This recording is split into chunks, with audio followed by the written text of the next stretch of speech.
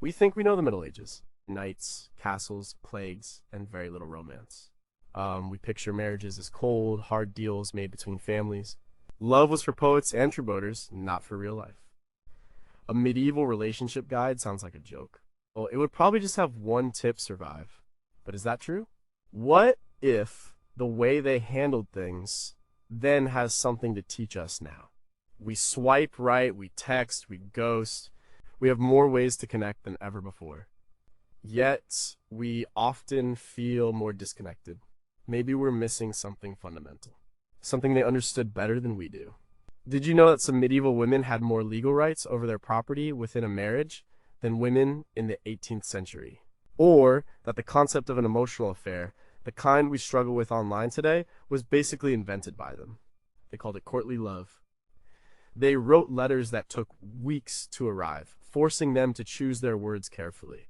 We send 20 texts in an hour and often say nothing at all. What if their focus on contracts and duty wasn't the opposite of love, but the foundation for it? What if their public declarations of commitment held a power we've lost with our casual Facebook official status updates? Let's look past the myths. Let's see what these people who lived and loved 1,000 years ago can tell us about our own relationships today. The answers are not what you expect. Number 21 is a formal contract, the most romantic thing you can do. We see prenups as a sign of distrust.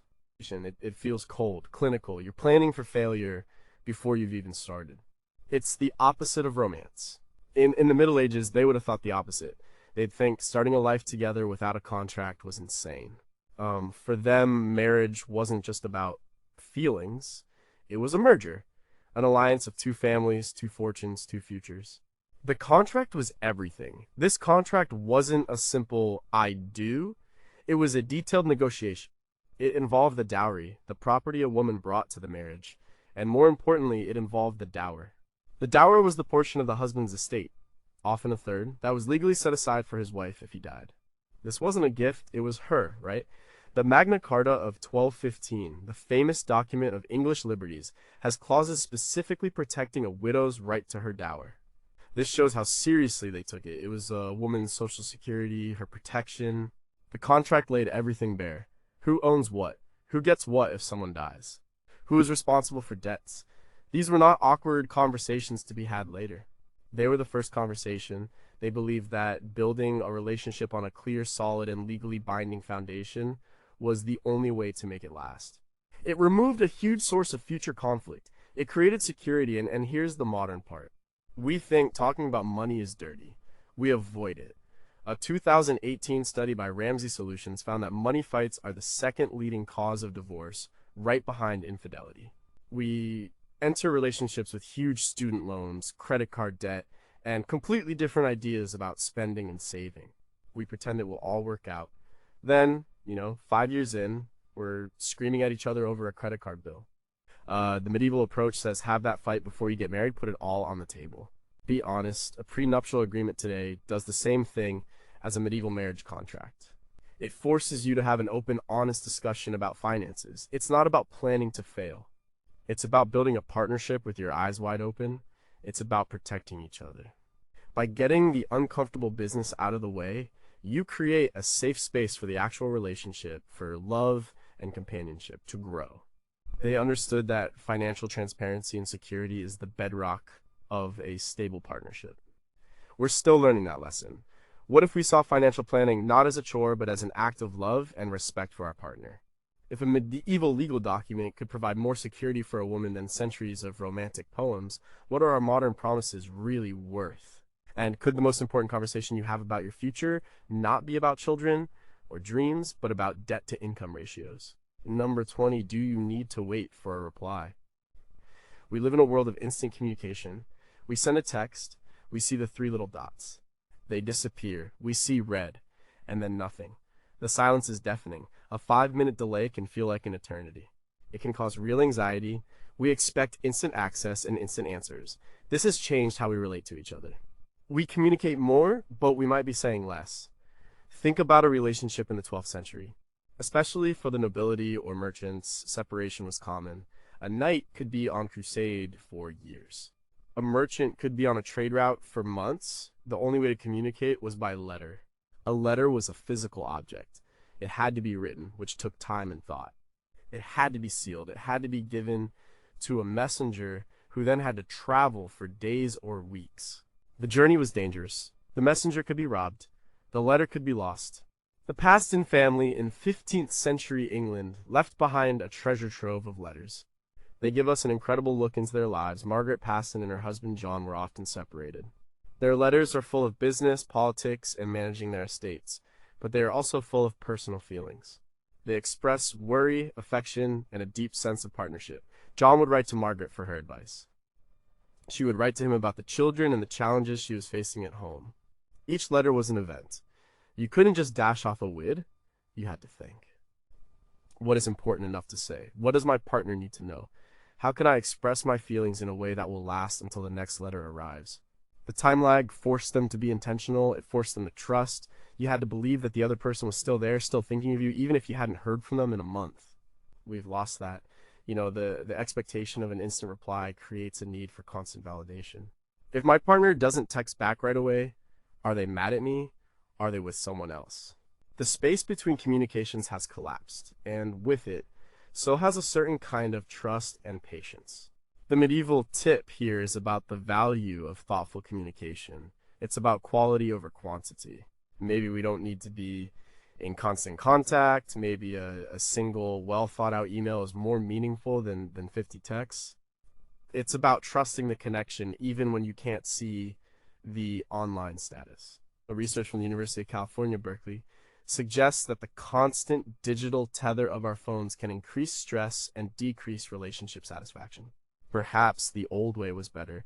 If you could only send your partner one message a month, what would you say? What do we lose when we trade meaningful communication for constant connection? Could the anxiety of waiting for a text be a modern sickness they never had to endure? Number 19 is your partner, also your business partner.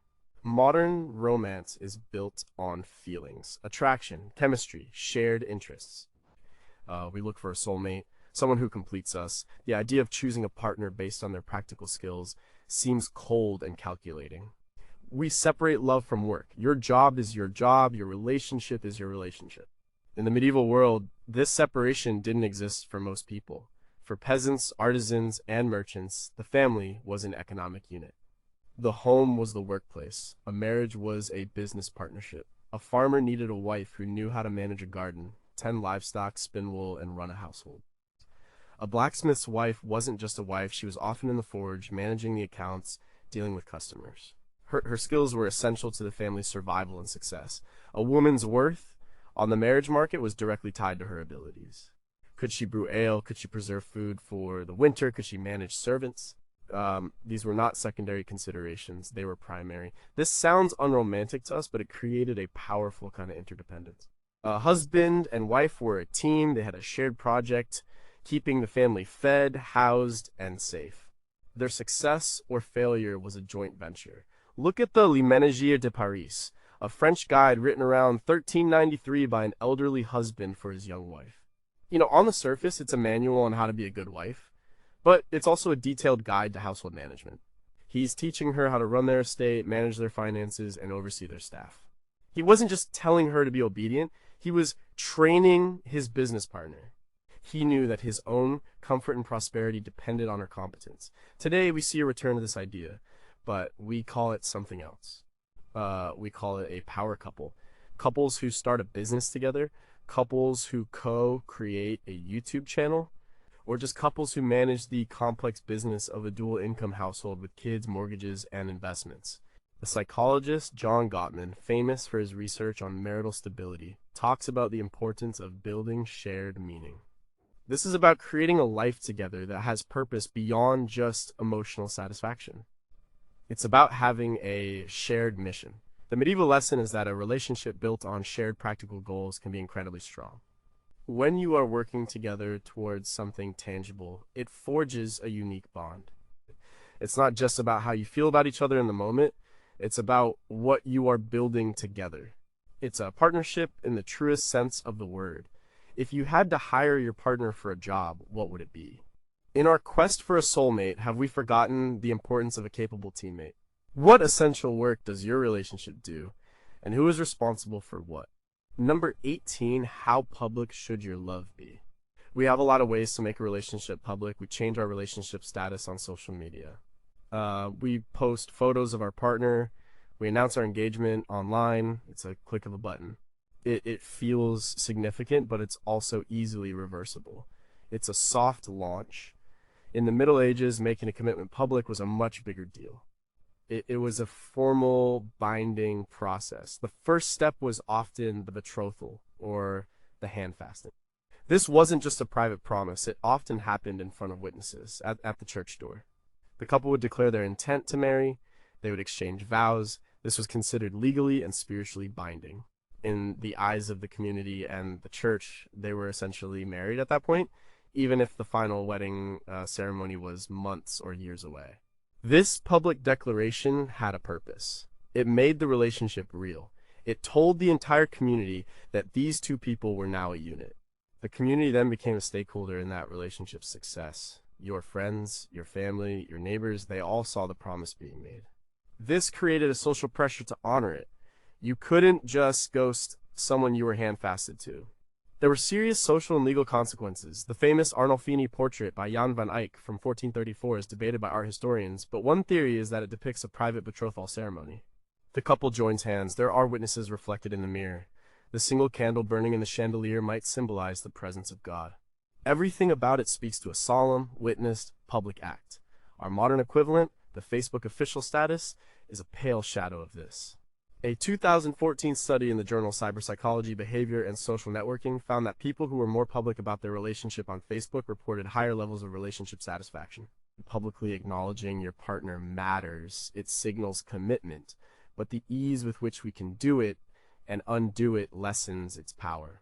The medieval approach suggests that a strong public declaration is a powerful, stabilizing force. It moves the relationship from a private affair to a public institution. It tells the world, we are in this together. It's not about showing off, it's about creating a circle of accountability around the relationship. When everyone you know has witnessed your commitment, you're more likely to work through the hard times instead of just walking away. What would it look like if announcing a relationship today required witnesses and a public vow? Does the fleeting nature of our online declarations make our commitments weaker? When a relationship is purely private, is it easier to abandon? Number 17, can a gift save your relationship? Gift giving in modern relationships can be tricky. We worry about the cost. We stress about finding the perfect thing. Sometimes it can feel like a commercial obligation, like on Valentine's Day. It can lose its meaning. In the medieval world, gift giving within a relationship was not just a nice gesture. It was a crucial part of the social and emotional fabric. Gifts were a form of communication.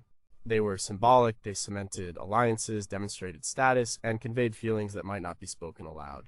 A knight might give his lady a sleeve or a ribbon to wear during a tournament. This was a public sign of his devotion. She, in turn, was showing her favor. These weren't expensive gifts, they were tokens, but they were loaded with meaning. The exchange was part of the ritual of courtly love, but it went deeper than that. Gifts were also legally significant. The Morgengabe, or morning gift, was a tradition in many Germanic cultures. It was a gift given by the husband to the wife on the morning after their wedding. This wasn't just a romantic surprise, it was a legally recognized transfer of property. The gift became her sole and separate property. She could control it, use it, and pass it on to her children. It was a tangible acknowledgement of her status as his wife and a provision for her financial security. This tells us that for them, a gift was a promise. It was a physical representation of an emotional and legal commitment. Anthropologist Marcel Mauss, in his influential 1925 essay, The Gift, argued that gifts are never free. They create social bonds, obligations, and relationships. The act of giving, receiving, and reciprocating is what builds societies and, by extension, relationships. The modern takeaway is to think about gifts less as consumer products and more as symbols. The value is not in the price tag, it's in the thought and the meaning behind it. A gift can say, I was thinking of you. It can say, I remember what you told me. It can be a tangible link between two people, especially when they are apart. And a study published in the Journal of Experimental Social Psychology found that giving a gift to someone can actually make the giver feel more connected to the receiver. The act itself strengthens the bond. So, the medieval tip is not just to give gifts, but to give gifts with intention. A small, meaningful token can be more powerful than an expensive, thoughtless purchase. It's a way of saying, like, our connection is real, and here is a physical object to prove it. When was the last time you gave a gift that was a pure symbol, with no practical value? What unspoken messages do our gifts send today? Could the tradition of the morning gift be reinvented as a way to establish financial equality from day one of a marriage? Number 16, does your partner need to be your best friend? We have a modern ideal. Your romantic partner should be everything. Your lover, your co-parent, your therapist, your financial advisor, and above all, your best friend. We put an enormous amount of pressure on one person to fulfill all of our emotional needs. When they fall short, we feel disappointed. A medieval person would find this idea very strange. They had a much more communal view of life. Your spouse was your partner in life and work. But your emotional support system was much wider. You had your family, you had your neighbors, you had the church community, you had your godparents, godsibs, the origin of the word gossip. Women had their circle of other women. Men had their guilds or their fellow soldiers. Your spouse was not expected to be your sole source of emotional intimacy. This doesn't mean marriages were loveless, but it means the relationship wasn't burdened with unrealistic expectations. A wife might share her deepest fears and worries with her sister or a close female neighbor. A man might talk about his troubles with his brother or friends at the tavern. This was normal. Christine de Pizan, a remarkable writer in the late 14th and early 15th centuries, wrote The Book of the City of Ladies. It's a powerful defense of women. In it, she describes a world where women support each other, educate each other, and provide emotional strength for one another. Her own relationship with her husband was, by all accounts, a happy and loving one. But her writings also show the immense value she placed on her relationships with other women. The modern sociologist Eli Finkel, in his book The All or Nothing Marriage, talks about this very issue. And he argues that in the past, marriage was primarily about practical needs. Now, we expect it to be a vehicle for self-discovery and personal fulfillment. This can lead to great marriages, he says, but it also makes bad marriages feel much worse. The pressure is immense. The medieval model suggests a healthier approach might be to diversify our emotional portfolio. It's okay, and even necessary, to have deep, meaningful, intimate friendships outside of your romantic partnership. It doesn't take away from your relationship, it can actually strengthen it. It provides a safety valve. It gives you other sources of support, so you're not putting all that weight on one person.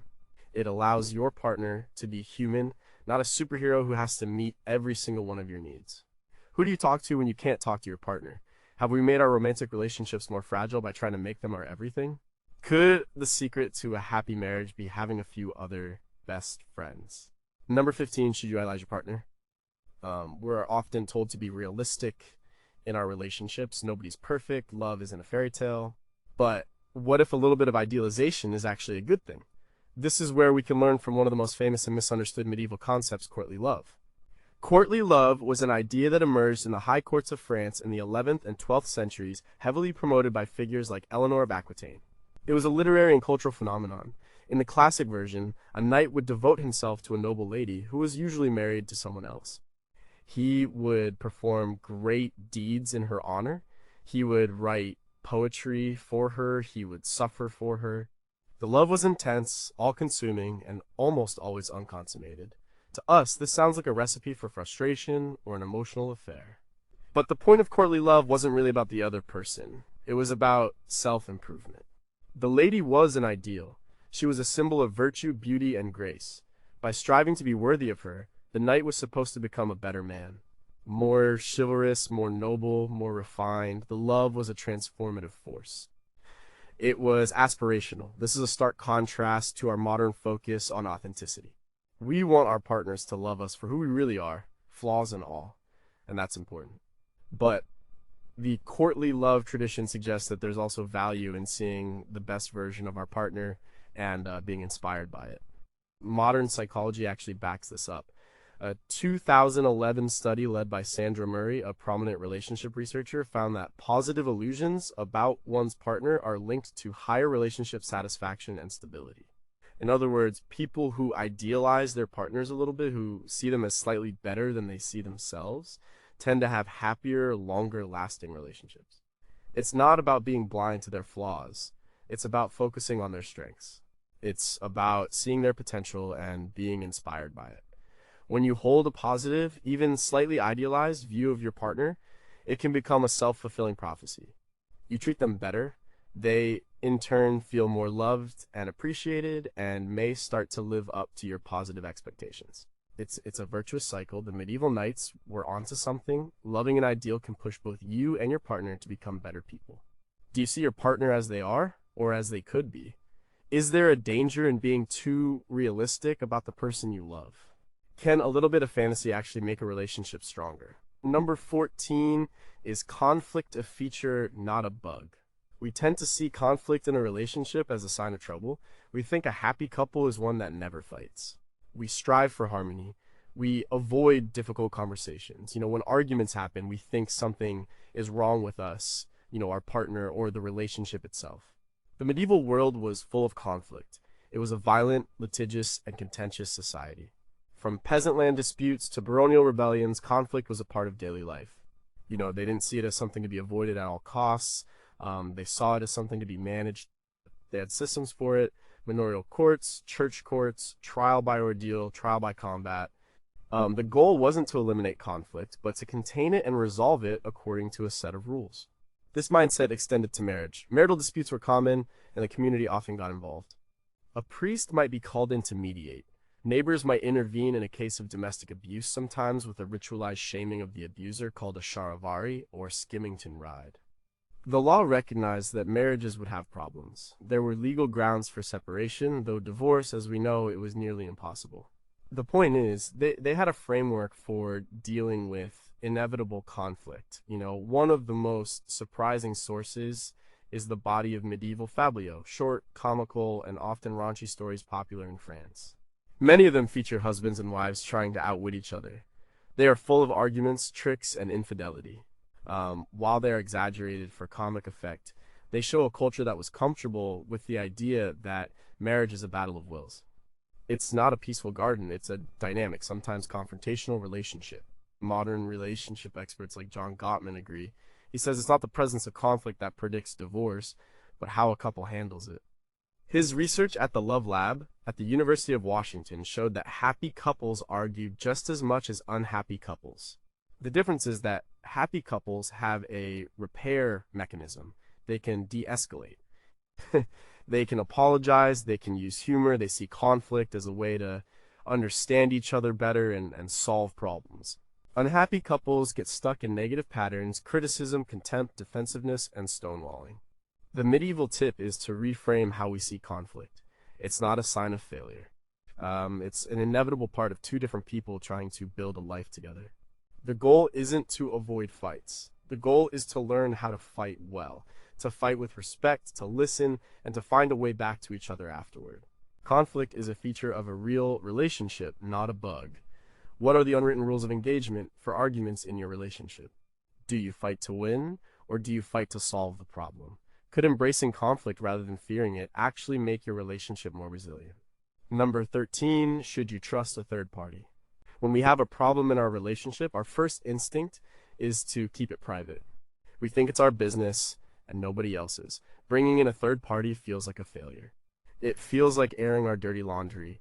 We especially resist the idea of any kind of formal mediation like couples therapy until things are at a breaking point. A medieval couple would not have had this obsession with privacy. Their lives were deeply embedded in their community. Their marriage was a public institution, and the community felt it had a stake in its success. When a serious dispute arose, it was natural to involve a third party. This could be the village priest. As the spiritual leader of the community, he was often a trusted counselor and mediator. He would hear confessions, which gave him insight into the private lives of his parishioners. He could offer guidance based on religious teachings and moral principles. His goal was reconciliation, to preserve the sanctity of the marriage and the stability of the community. It could also be the lord of the manor or a respected village elder. These figures had secular authority. They could arbitrate disputes over property or inheritance, which were often at the root of marital problems. Their judgment carried weight. To defy it would mean risking your social standing. This wasn't about gossip. It was about governance. The medieval world understood that a troubled marriage could destabilize the community. It could lead to feuds between families, disputes over land, and social disorder. So they had built in accepted systems for third-party intervention. It wasn't seen as a last resort, it was part of how the system was supposed to work. The records of manorial courts from the 13th and 14th centuries are filled with cases of neighbors reporting on each other and the court stepping in to resolve domestic issues. We have modern equivalent couples counseling, but we often treat it with suspicion. We think it means our relationship is doomed. The medieval perspective suggests we should see it differently. It's not a sign of failure, it's a wise and practical step. It's bringing in a neutral, respected third party to help manage conflict. A therapist, like a priest or an elder, can offer a different perspective. They can teach communication skills. They can help a couple navigate a difficult issue without destroying the relationship. According to the American Association for Marriage and Family Therapy, over 90% of clients who undergo therapy report an improvement in their emotional health. The process works. The medieval lesson is to destigmatize getting help. A relationship is too important to be left to just two people, especially when they are struggling. Who is the village elder in your life that you could turn to for relationship advice? Why do we value professional advice for our finances and health, but not for our relationships? If therapy were a normal, expected part of every long-term relationship, how many breakups could be prevented? Number 12, do you have to live in each other's pockets? The modern ideal of a couple is one of constant togetherness. We're supposed to share hobbies, share friends, and spend all our free time together. We value quality time above all else. When partners want to do things separately, it can sometimes be seen as a red flag. Are they drifting apart? In many medieval households, particularly those of the aristocracy and gentry, husbands and wives lived surprisingly separate lives. The castle or manor house was divided into male and female spheres. The lord had his great hall, his hunting parties, his business with other men. The lady had her solar, her private chambers, where she would be with her ladies-in-waiting, doing embroidery, managing the household, and raising the younger children. This wasn't a sign of a bad marriage, it was just the structure of their world. Men and women had different roles and therefore different social lives. They would come together for meals, for official functions, and in the bedroom. But their day-to-day existence was often quite separate. The 14th century Luttrell Psalter, a famous illuminated manuscript, shows scenes of daily life. We see Sir Geoffrey Luttrell at his dinner table with his family, but we also see scenes of agricultural work and other activities where men and women have distinct roles. This separation gave them a degree of autonomy. It allowed them to have their own social networks and their own areas of expertise. The wife was not just an appendage to her husband. She was the ruler of her own domestic domain. He might be the lord of the manor, but she was the lady of the household. This is not to say we should go back to rigid gender roles, but the underlying principle is surprisingly modern and relevant. Relationship experts today often talk about the importance of maintaining a sense of self within a partnership. The psychologist Esther Perel argues that desire and intimacy require a certain amount of distance. Fire needs air, she says. If two people merge completely, there is no space for attraction and mystery. The medieval model, born of social necessity, shows that a strong partnership doesn't require constant togetherness. It's healthy to have separate hobbies, separate friends, and time apart. It allows you to be an individual, to bring new energy and experiences back into the relationship. It prevents the kind of codependency that can suffocate a partnership over time. The key is that while they had separate spheres, they were working towards a common purpose, the success and prosperity of their lineage and household. It was autonomy within a framework of unity. Does your relationship have enough air to breathe? Do you feel guilty for wanting time to yourself, away from your partner? Could a little more separation actually bring you closer together? Number 11 is love, a sickness you need to cure. We talk about love in grand, positive terms. It's a beautiful thing. It's what everyone is searching for. But we also have another darker way of talking about it. We are lovesick. We fall madly in love. We feel a burning passion. This language hints at something uncontrollable, something that feels like an illness. The medieval world took this idea very literally. Medical writers and philosophers often classified intense romantic love, what they called amor heroes, or heroic love, as a genuine disease. They treated it like any other malady with diagnoses and prescribed cures. It was seen as a form of melancholy, an imbalance of the body's humors caused by an obsessive fixation on a single person. The 11th century physician Constantine the African wrote about it in his medical texts. He described the symptoms loss of appetite, insomnia, a racing pulse, weeping, and obsessive thoughts about the beloved. Does that sound familiar? It's the classic description of intense infatuation. His prescribed cures included listening to music, engaging in conversation with friends, travel, and, if all else failed, sexual intercourse either with the object of desire or someone else to release the tension. This might seem comical to us, but it's based on a profound insight. They recognize that this kind of overwhelming obsessive infatuation is not a stable or healthy state to be in long term. It's a temporary madness, it's a fever that will eventually break. By classifying it as a sickness, they were distinguishing it from the more stable, companionate love that a long-term marriage required. They were saying, this crazy feeling you have right now, it's powerful, it's real, but it's not the whole story of love.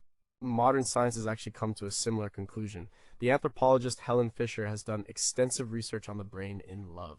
Using fMRI scans, she found that the state of early, intense romantic love activates the brain's reward system, the same areas that light up for addiction. It's a powerful cocktail of dopamine and norepinephrine. It creates feelings of euphoria, craving, and obsession. It really is like a drug. But, as Fisher notes, this state doesn't last. It evolves over time into a calmer, more stable form of attachment driven by hormones like oxytocin and vasopressin. The medieval doctors were right. Love sickness is a real neurological phenomenon. And their advice to distract yourself, to rely on your social network, to seek balance is surprisingly good. They remind us not to build our entire future on a feeling that is, by its very nature, temporary. Have we confused the temporary fever of infatuation with the lifelong commitment of love? If we treated the early stages of a romance like a temporary illness, would we make better long-term decisions? What is the cure for a broken heart, and did medieval doctors know it better than we do? Number 10. What is your relationship's reputation?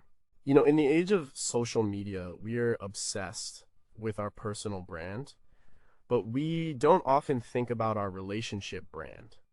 We see our partnership as a private affair. How others perceive it seems secondary to how it actually feels on the inside. In the Middle Ages, reputation was everything, and that included the reputation of your marriage.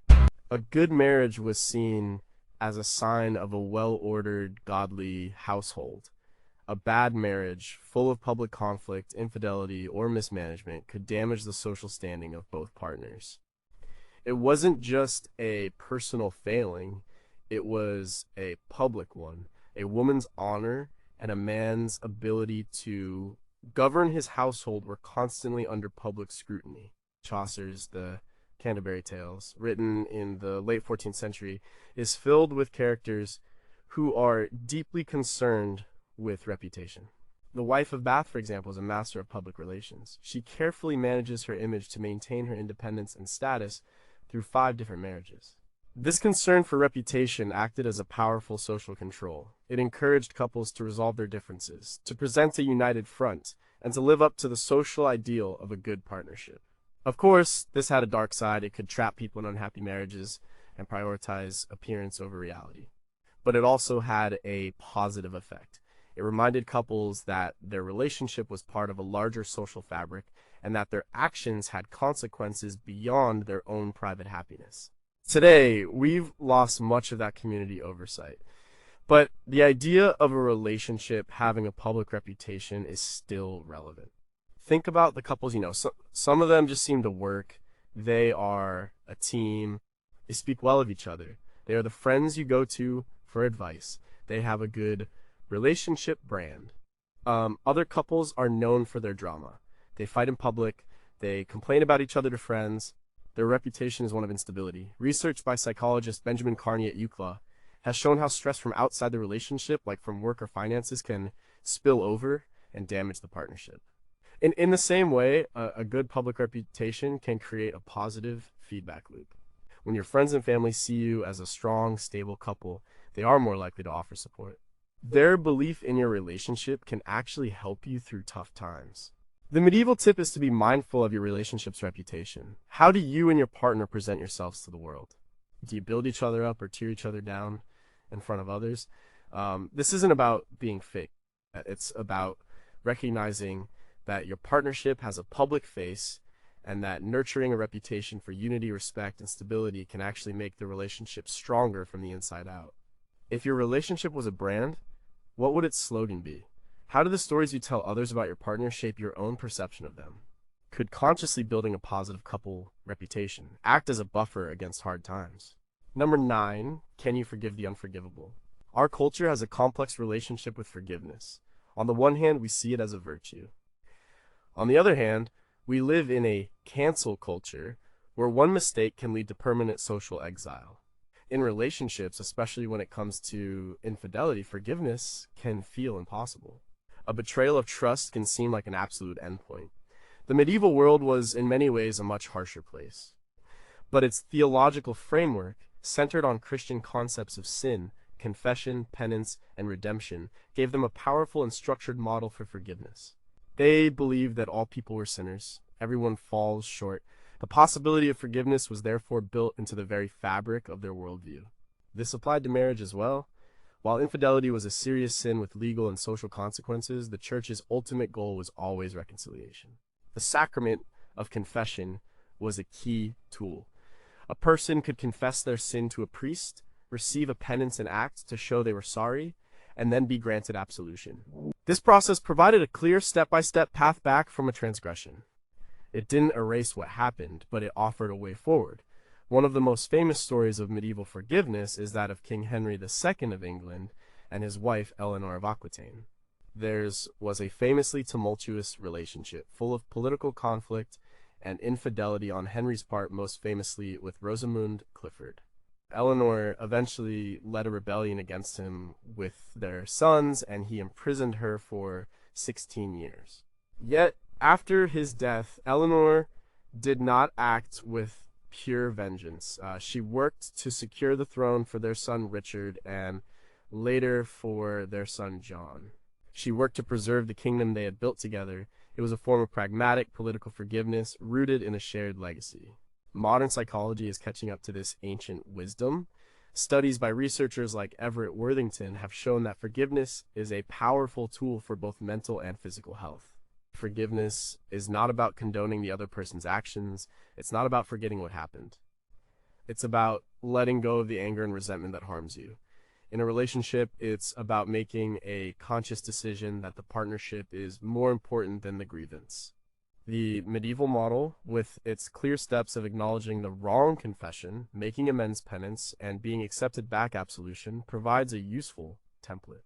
It's a structured process. Like, forgiveness isn't just a feeling that magically appears. It's a choice and a process. It requires the person who did wrong to take responsibility and the person who was wronged to be willing to find a path forward. Can a relationship truly survive a major betrayal without a formal process for forgiveness? What does a modern penance look like? Is our inability to forgive a sign of our high standards or a weakness in our capacity for long-term love? Number 8, who is really in charge? We officially believe in egalitarian relationships. We think of partnership as a 50-50 split. The medieval world, on the surface, was the complete opposite. It was a rigid patriarchy. The man was the head of the household. The wife was legally and socially subordinate to her husband. This is the standard picture, and it's largely true. But if you look closer, the reality was much more complicated. While the husband held the formal authority, the wife often wielded enormous informal power. She was the manager of the household, a complex and vital enterprise. This was not just housework.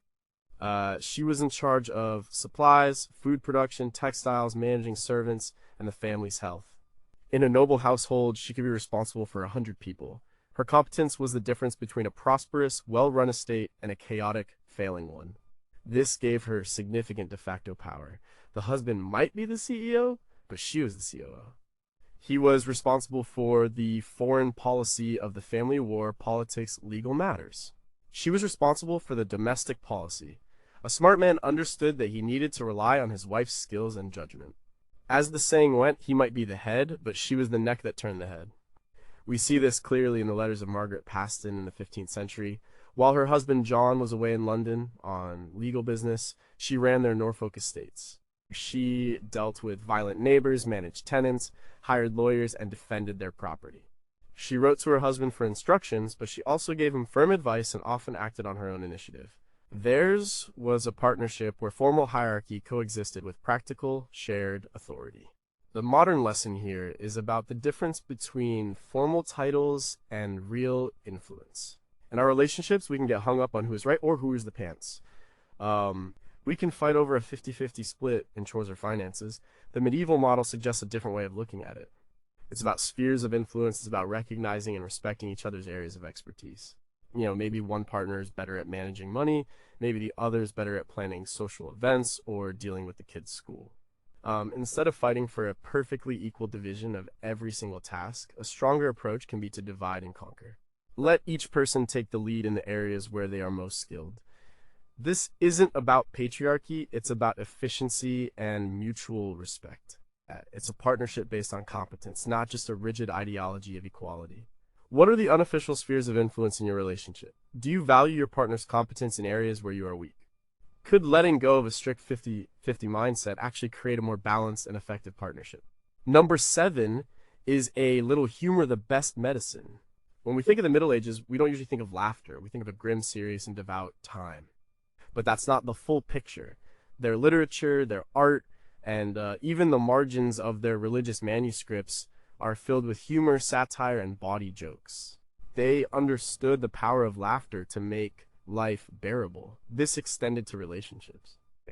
While much of the official writing about marriage was serious and moralizing, the popular culture was full of stories that poked fun at the conflicts and absurdities of married life. The fabliaux, as mentioned before, are a prime example. They are full of cheating wives, foolish husbands, and mischievous priests. They are the medieval equivalent of a modern sitcom. They took the everyday tensions of relationships and turned them into comedy. Chaucer's The Miller's Tale is a masterpiece of this genre. It's a complex and hilarious story of a young wife, her old husband, and the 2 clerks trying to seduce her. It's rude, clever, and very funny. By laughing at these situations, people could release some of the tension around sensitive subjects like sex, jealousy, and the power dynamics between men and women. Humor was a safety valve. Modern research overwhelmingly supports the importance of humor in relationships. A 2017 study from the University of Kansas found that the more that couples laughed together, the more satisfied they were in their relationship. It's not just about telling jokes. It's about having a shared sense of humor. It's about being able to laugh at yourselves and at the absurd situations that life throws at you. And John Gottman's research also highlights humor as a key repair mechanism during conflict. A well-timed, gentle joke can de-escalate a tense argument. It can break the cycle of negativity and remind a couple that they are on the same team. It's a sign of emotional intelligence and a strong bond. The medieval world, for all its seriousness, understood this. They knew that life was hard and marriage was challenging. A shared sense of humor was not a luxury, it was a survival tool. It was a way to navigate the inevitable frustrations of living with another person.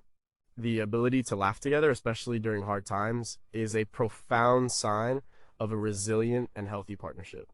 When was the last time you and your partner had a really good laugh together? Do you use humor to connect and de-escalate or to mock and wound? Could the raunchy jokes of a 700-year-old poem teach us more about marital happiness than a modern self-help book? Number 6, do you know your partner's job? In our modern specialized world, it's very common for partners to have little real understanding of what the other person does for a living. One person is a software engineer, the other is a nurse. They might know the job title, but they don't know the daily stresses, the specific skills involved, or the internal politics of the workplace. Their work lives are black boxes to each other. For the vast majority of medieval people, this was not the case.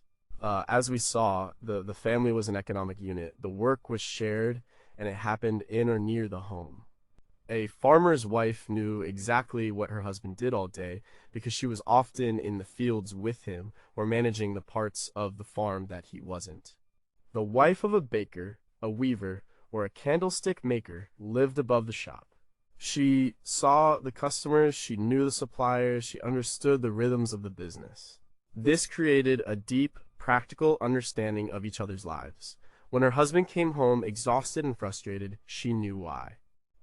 She knew that the grain price had fallen or that a key piece of equipment had broken. When she was overwhelmed with her work, he understood the pressure she was under. Their daily struggles were shared. This level of understanding fosters a powerful kind of empathy. It's hard to be resentful of your partner's long hours when you know exactly what they are doing and why it's important for the family's survival. This shared economic life was the foundation of their partnership. The 13th century German law code, the Saxonspiegel, has illustrations showing husbands and wives working together in various trades, a clear indication of this integrated life. Today, we try to bridge this gap by talking about our day, but it's not the same. The tip here is to make a real effort to understand your partner's work life. Don't just ask, "How was your day?" Ask specific questions. What is the hardest problem that you are trying to solve right now? Who is the most difficult person you have to deal with? What is one thing you wish I understood about your job?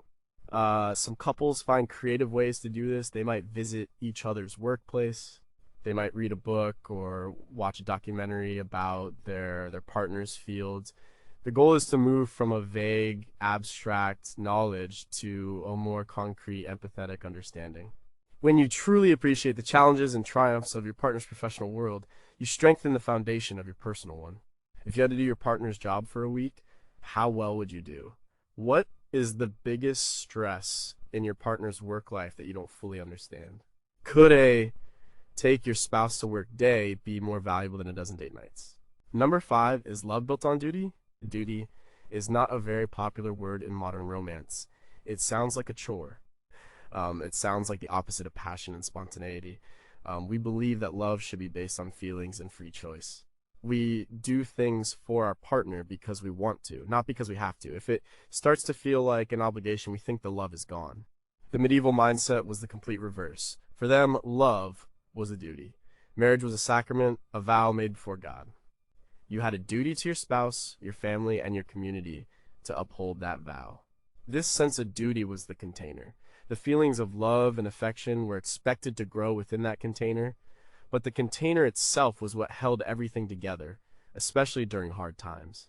This idea of duty was woven into their legal and religious systems. The marriage debt was a real concept. It was the mutual obligation of both spouses to be sexually available to each other. This sounds very cold to us, but the underlying principle, as articulated by theologians like Thomas Aquinas, was that this was part of the commitment you made.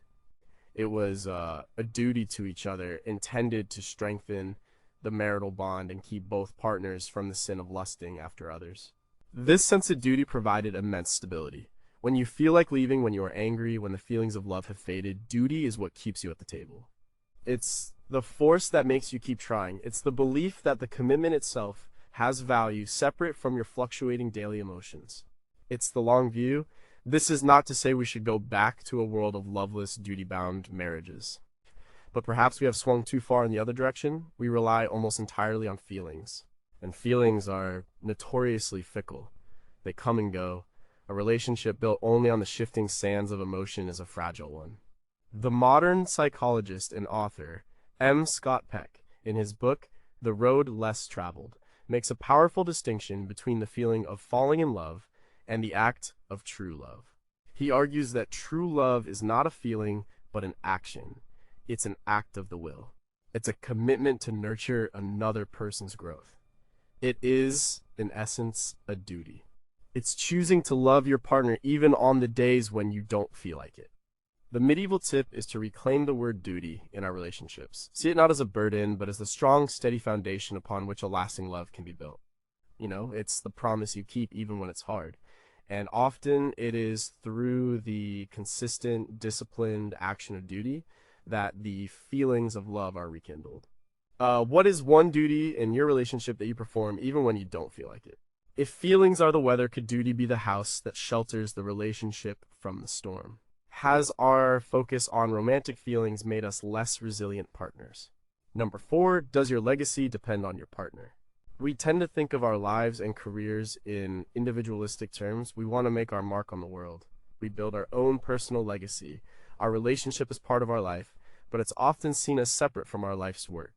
In the medieval world, especially for the nobility and the merchant class, this was not the case.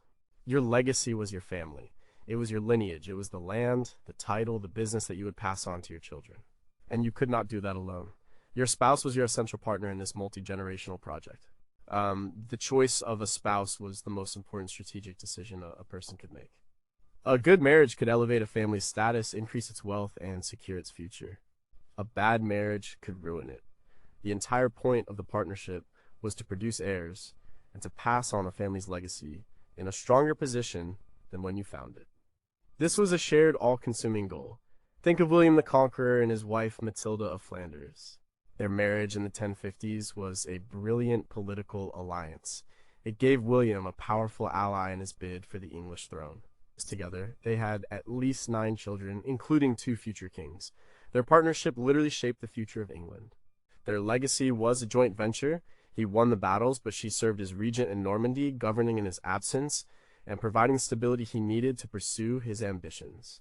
This focus on a shared long-term legacy gave their relationships a powerful sense of purpose.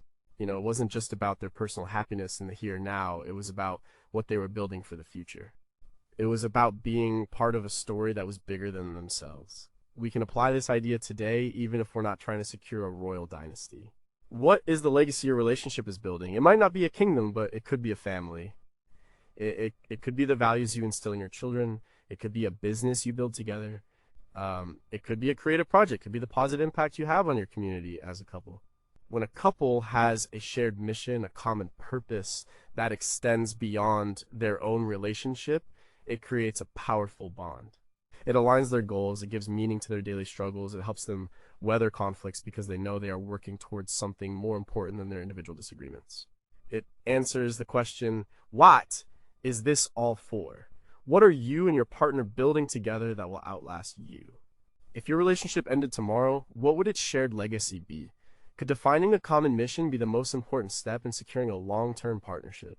Number 3, are you prepared for winter? We live with an expectation of perpetual summer in our relationships. We want the passion and excitement of the beginning to last forever. When we hit a difficult patch, a winter season, we panic. We think the love is gone. We think the relationship has failed. We are not prepared for the natural, cyclical nature of a long-term partnership.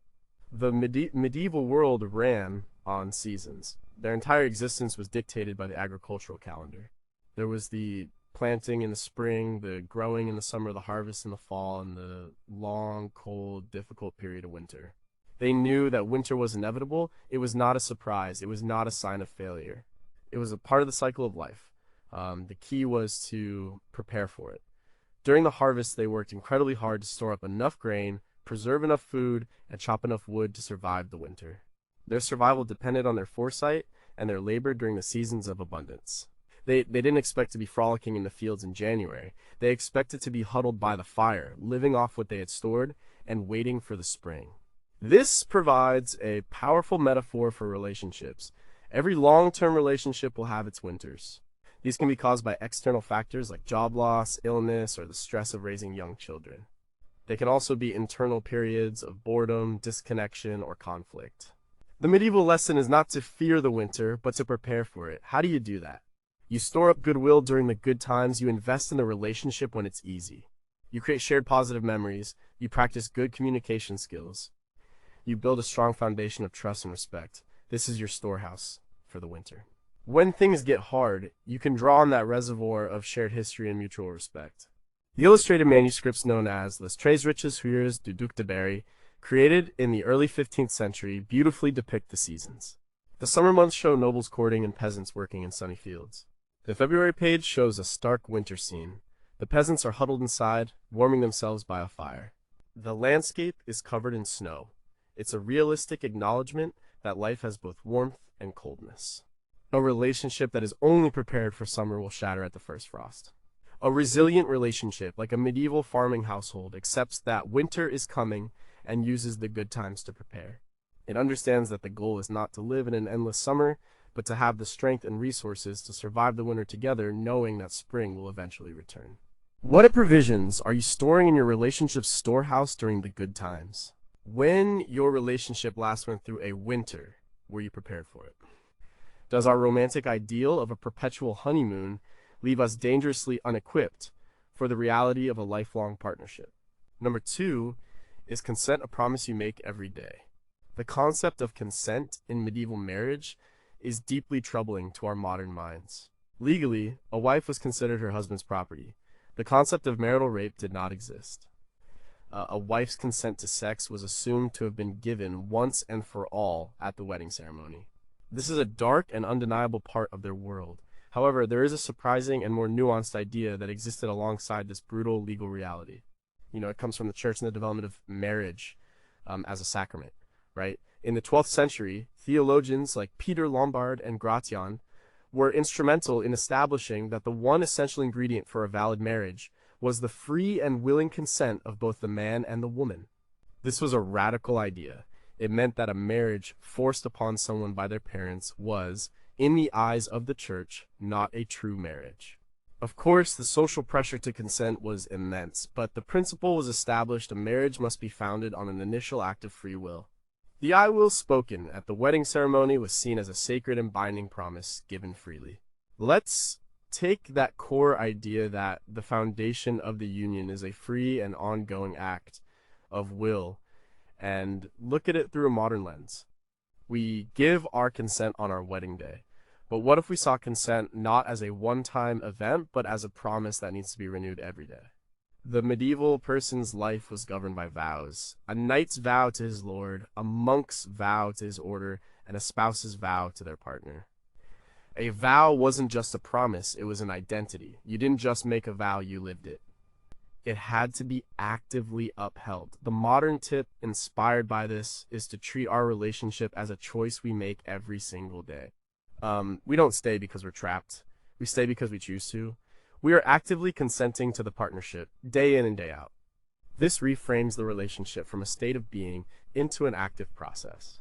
This idea is at the heart of the work of many modern therapists. It's about intentionality. Are you actively choosing your partner today? Are you living out the promise you made?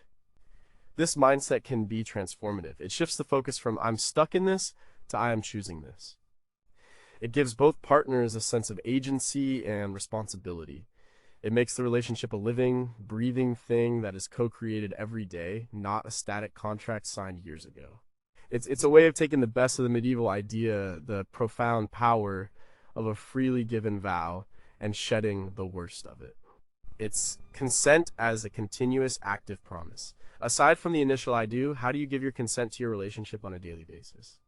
What would change if you woke up each morning and consciously chose your partner again? Is the greatest freedom in a relationship the knowledge that you are both free to leave, but choose to stay? Number 1, what do you do after the story ends? Our love stories have a standard plot. Boy meets girl, they face obstacles. They overcome them, they get married, and the story ends, and they lived happily ever after. Fairy tales, romantic comedies, novels, they almost all stop at the wedding or the triumphant reunion. We have 1,000 stories about how to fall in love, and almost none about how to stay in love. The medieval world also had its epic love stories. Tristan and Isolde is one of the most famous.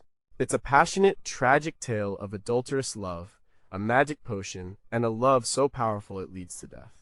It's the prototype for all the doomed romance stories that followed, but these stories, like ours, were fantasies. They were about the thrill of transgression, not the reality of a lifelong partnership. But medieval people had another kind of story. They had the lives of the saints.